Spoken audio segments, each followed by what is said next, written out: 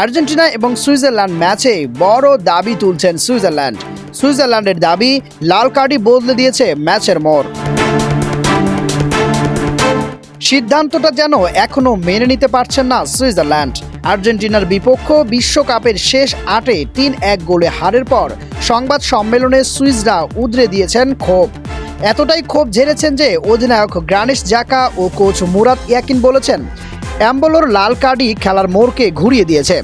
ঘটনাটি ম্যাচের ৭২ মিনিটে আর্জেন্টিনার লিয়ান্দ্রো প্যারাদেসকে একটা ফাউলের জন্য হলুদ কার্ড দেখানো হয়, কিন্তু ভিডিও রিভিউয়ের পর প্যারাদেসের হলুদ কার্ড সরিয়ে এমবোলোকে ডাইভ অ্যান্ড ফাউল আদায়ের জন্য ইচ্ছাকৃতভাবে পড়ে যাওয়ার অভিযোগে দোষী সাব্যস্ত করা হয়। ভিডিওতে দেখা যায় পারদেশের সংস্পর্শে আসার আগে এমবোলো পড়ে যাচ্ছিলেন। এমবোলো এর আগে ম্যাচে একটি হলুদ কার্ড দেখায়, দ্বিতীয় হলুদ কার্ডের কারণে তাকে লাল কার্ড পেতে হয়। ফলে ১-১ সমতায় থাকা ম্যাচের বাকি সময় ১০ জন নিয়ে খেলতে হয় সুইজারল্যান্ডকে। ম্যাচ শেষে সুইস ডিফেন্ডার নিকো অ্যালভেদি তাই ক্ষোভটা লুকান নেই। আমি সত্যিই বুঝতে পারছি না ভিএআর কিভাবে এমন সিদ্ধান্ত নিতে পারে। ঘটনাটি ঘটে ঠিক সেই সময় যখন সুইজারল্যান্ডের ড্যান অ্যান্ডোয়ে কিছুক্ষণ আগেই গোল করে দলকে সমতায় ফিরিয়েছিলেন। এটি বিশ্বকাপে দ্বিতীয়বারের মতো এমন ঘটনা যেখানে ভুল খেলোয়াড়কে কার্ড দেখানো সংক্রান্ত নিয়ম ব্যবহার করে কোনো খেলোয়াড়ের হলুদ কার্ড পরিবর্তন করা হয়েছে।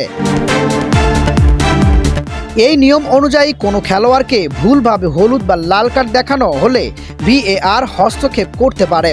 সুইজারল্যান্ড কোচ মুরাত ইয়াকিনও ম্যাচ শেষে এই লাল কার্ড নিয়ে নিজের হতাশাটা জানিয়েছেন। আমরাই ম্যাচে আধিপত্য বিস্তার করছিলাম, আমরা খেলাটা নিয়ন্ত্রণ করছিলাম, কিন্তু লাল কার্ডের কারণে আমাদের এমন একটি নিয়মের শাস্তি পেতে হলো। এটা আমার কাছে বোধগম্য নয়।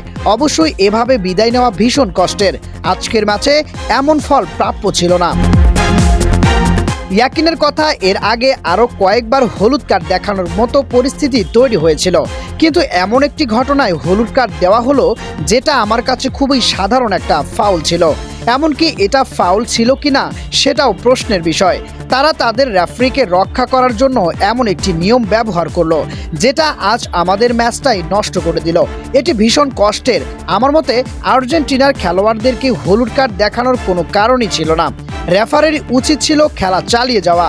তিনি নিজের ভুল সংশোধন করতে গিয়ে আমাদের বিপদে ফেলেছেন। এরপর সবাই দেখেছে একজন কম নিয়ে আমাদের খেলতে হয়েছে। রিপ্লেতে যদিও দেখা গেছে এমবোলো ডাইভ দিয়েছিলেন, কিন্তু ইয়াকিন এমবোলোর পাশে দাঁড়ালেন। এমবোলোকে দোষ দেওয়া সম্পূর্ণ অযৌক্তিক। সে সবসময় দলের জন্য পরিশ্রম করে। আমাদের খেলার তার গুরুত্বপূর্ণ অবদান ছিল। অবশ্যই সে ভেঙে পড়েছে, কারণ সে আর দলকে সাহায্য করতে পারেনি। আপনারা ভাবতে পারবেন না ব্রিল এখন কেমন বোধ করছে।